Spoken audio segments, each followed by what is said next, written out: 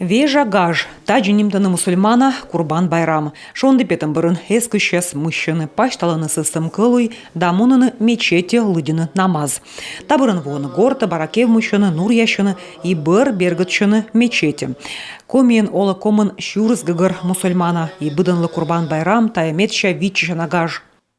Курбан Байрам – это объединяющий праздник нас, мусульман, и всех людей, независимо от пола, независимо от положения, цвета кожи и национальности.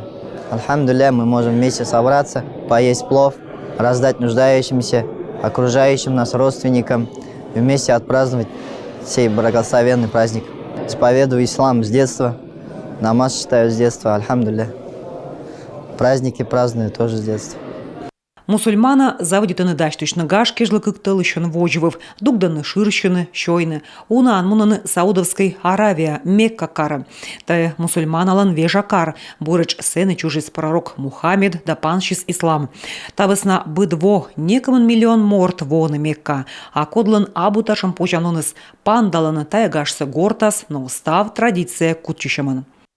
Особенностью Курбан Байрам является то, что в эти светлые дни мусульмане всего мира стараются быть добрее и больше обычного оказывают помощь сиротам, одиноким, больным и нуждающимся.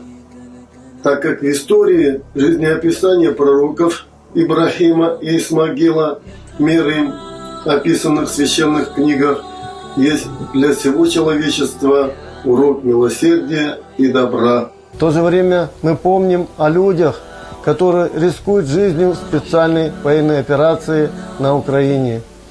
Наряду с представителями других религий, мусульмане также принимают в ней активное участие.